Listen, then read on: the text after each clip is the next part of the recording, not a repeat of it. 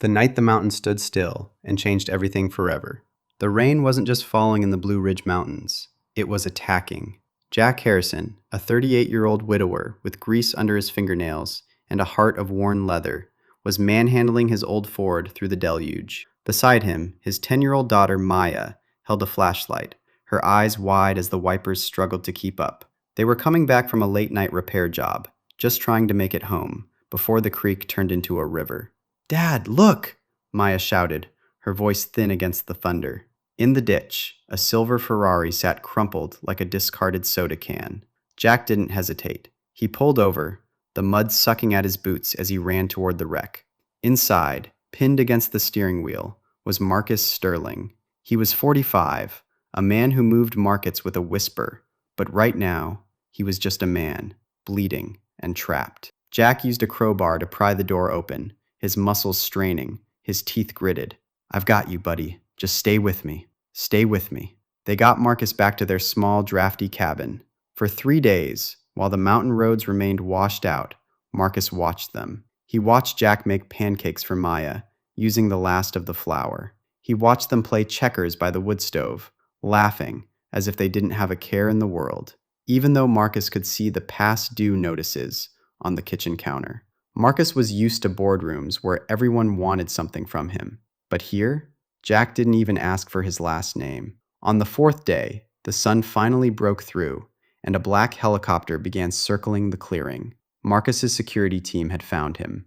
Marcus stood on the porch, his expensive suit ruined, looking at the man who had saved his life. "Jack, I want to buy this mountain for you," Marcus said, his voice returning to that cold billionaire edge. "I want to put Maya in the best schools in the country. Just tell me the number." Jack stopped chopping wood. He looked at Marcus, really looked at him, and shook his head slowly. "Marcus, you still don't get it. I didn't pull you out of that car for a paycheck. I did it because you're a man, and because my daughter was watching." Marcus opened his mouth to argue, to negotiate, to buy his way out of the debt of his life. But then, the earth groaned. A massive oak tree, its roots loosened by the flood, began to tilt. It wasn't falling toward the cabin. It was falling toward Maya, who was playing in the yard, oblivious. "Maya, run!" Jack screamed, but he was too far. In that split second, Marcus Sterling didn't think about his net worth. He didn't think about his legacy. He lunged. He tackled the girl into the mud, just as the massive trunk slammed into the earth, the impact shaking the very foundation of the mountain. Silence followed, heavy and thick. Jack ran to them, pulling Marcus and Maya from the debris. They were covered in filth, shivering, but alive. Marcus looked down at his hands. They were scraped, bleeding, and raw. He started to laugh, a wild, jagged sound. "You were right, Jack," Marcus choked out, his eyes wet. "I've spent my whole life building a tower, and I never realized how cold it was at the top." Marcus left that day, but he didn't send a check. Instead, 2 weeks later, a crew arrived. They didn't build a mansion. They fixed the local school.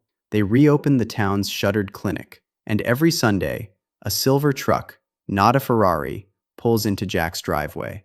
Because Marcus finally learned that you don't find your soul in a bank account. You find it on a muddy road, in the moment you decide to stop being a spectator and start being a human being.